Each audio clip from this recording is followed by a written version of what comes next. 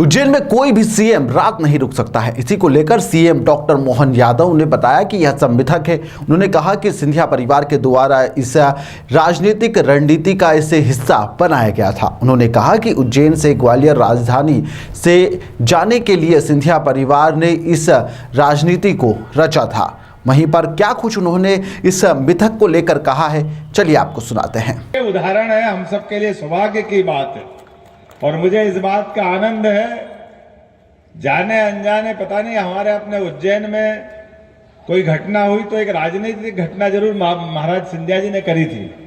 बाबा है ना मौजूद? क्या थी बाबा पॉलिटिकल घटना?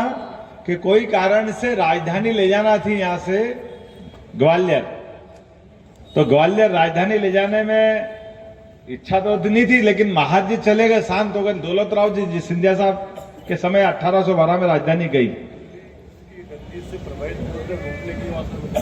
तो उनने क्या समीकरण बनाया?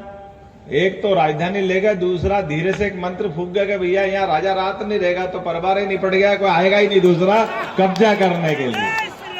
ये थी एक उनकी राजनीतिक रणनीति। अब राजनीतिक रणनीति के हिसाब से हमारे भी जाने अनजाने अपन भी कहते राजा रात नहीं देगा, राजा रात नहीं देगा।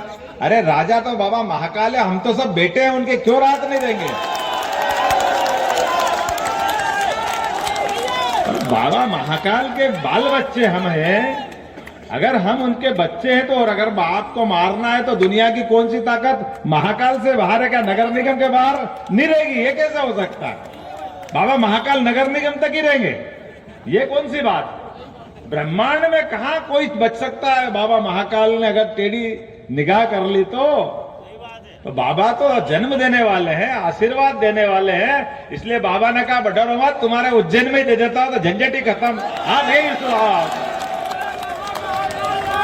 काय का डर है यार? हमने कहा बाबा को ये लोगों का डर मिटाना है। अपन खुश है कि अपन लाए। उनने कहा लाए नहीं दादा, मैं तो तुमको दे रहा हूं।